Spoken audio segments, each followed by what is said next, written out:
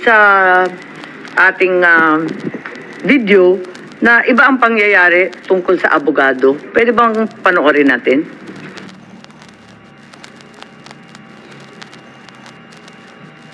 Kayo, kanina pa eh. Hindi naman lahat, ilan ang hinuli ngayong araw na to, sir? Sa iba-ibang mga krimen. Ilan ang binigyan ng ganitong... Kasi nandito kayo lahat eh. Nag-iisang tao. Ilan ang binigyan ng Nag-iisang tao. Ang dami krimen sa labas. Nandito kayo namin. Sir, hindi ko hiningi ng pabor. Just invoke Article 59. Bakit hindi yan magawa-gawa? That's precisely the point that I'm saying. That's precisely Please lang, bawal hawakan. Bawal hawakan. Bawal hawakan. Umayo ko na lang. Bawal The right to hawakan. counsel is something that has to be observed and Huwag respected. kayong umawak. Huwag kayong nakipakialam sa kanya. Ano yung lawyer? Ano yung lawyer? Bawal. Huwag na tayo Nag-uusap pa kami. Huwag mo hawakan yung lawyer. Huwag mo hawakan. Nag-uusap pa kami. Hawakan. Huwag mo hawakan. Huwag mo. Nag-uusap pa kami. Duterte. Attorney, please. Huwag mo hawakan. Is this what you want? Is this what you want, Mr. President? Huwag mo hawakan. Time na rin. Kayo mga Huwag mo hawakan yung nanay ko! Ang ina mo! Hindi, kayo mga sundalo, tanungin ko kayo, anong kasalanan ko? Okay, dito sa video nakikita na si General Torre hinihila yung abogado. Standard procedure po ba ito ng Madam Chair? PNP? Bakit mo kinakaladkad yung abogado? Hindi ba karapatan ng isang akusado, arestado na magkaroon ng abogado? Bakit ayaw ninyong palapitin yung abogado? Gabi na ho yun, ma'am. That's already the time that I'm forcing everyone to board the plane. I'm already forcing the former president to board the plane, ma'am. Tapos na yung napakarami ng optics sa kanilang ginawa dyan, ma'am. And Interesting use po of force. You were forcing them.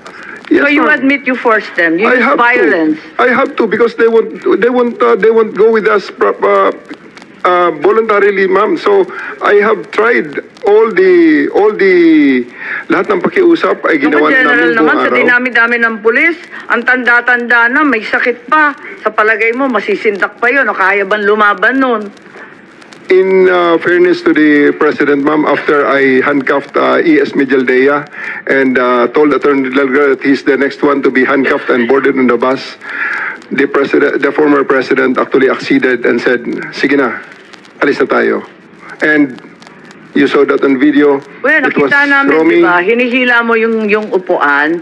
Hindi ba dapat, talagang General Torre, kailangan makinig ka doon sa sinasabi ng abogado? Di ba karapatan nun? I have already arrested, I even arrested E.S. Mijaldea, ma'am, for obstruction of justice and placed handcuffs on him. That was already the last parts because masyado ng gabi, aabutin na kami ng umaga din, ma'am. It's Ilang already oras na? unreasonable. 2 oras pa lang. Ikalalanding lang ng Hong Kong ng alas 10. Alas 12 12 hours. pa lang to. 12 hours, ma'am. Kaya nga, anong oras to? Kasi Mga sabi 7 mo o'clock na- kanina, 10 o'clock Mga 8 o'clock yan, dumating. ma'am. Yung kay Delgra. O, anong oras na Mga yun? 8 o'clock yan, ma'am. Sa umaga na yan? Gabi. 7 o'clock, 8 o'clock ng gabi na yan, ma'am. 8 a.m. Sige, Ay, 8 p.m. Yes, ma'am. Gano'ng katagal na yon? 10 hours, ma'am. 9 hours. Naka 9 to 10 hours na. So, sa palagay mo, si former president had sufficient chance to challenge na the validity of the arrest. So, sinasabi ninyo na 9 to 10 hours na yan.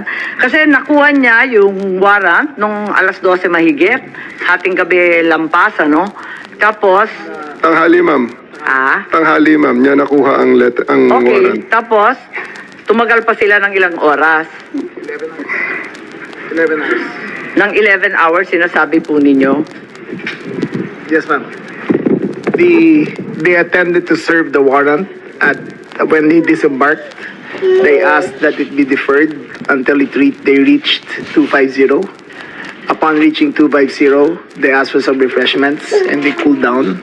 Upon being more calm and after conferring with their lawyers, the warrant of arrest was served in toto, in full, and their rights were read. So sa tingin ninyo, itong 9 to 10 hours sapat na para sa isang pangkaraniwan tao na makakuha ng sariling abogado, tapos i-check yung kanyang warrant, pagkatapos mag-draft, mag-file ng maayos na petisyon ng habeas corpus. Ganun ba yun? Ma'am, you must, I think the record showed that there were 3 lawyers with him in conference with him during the entire time.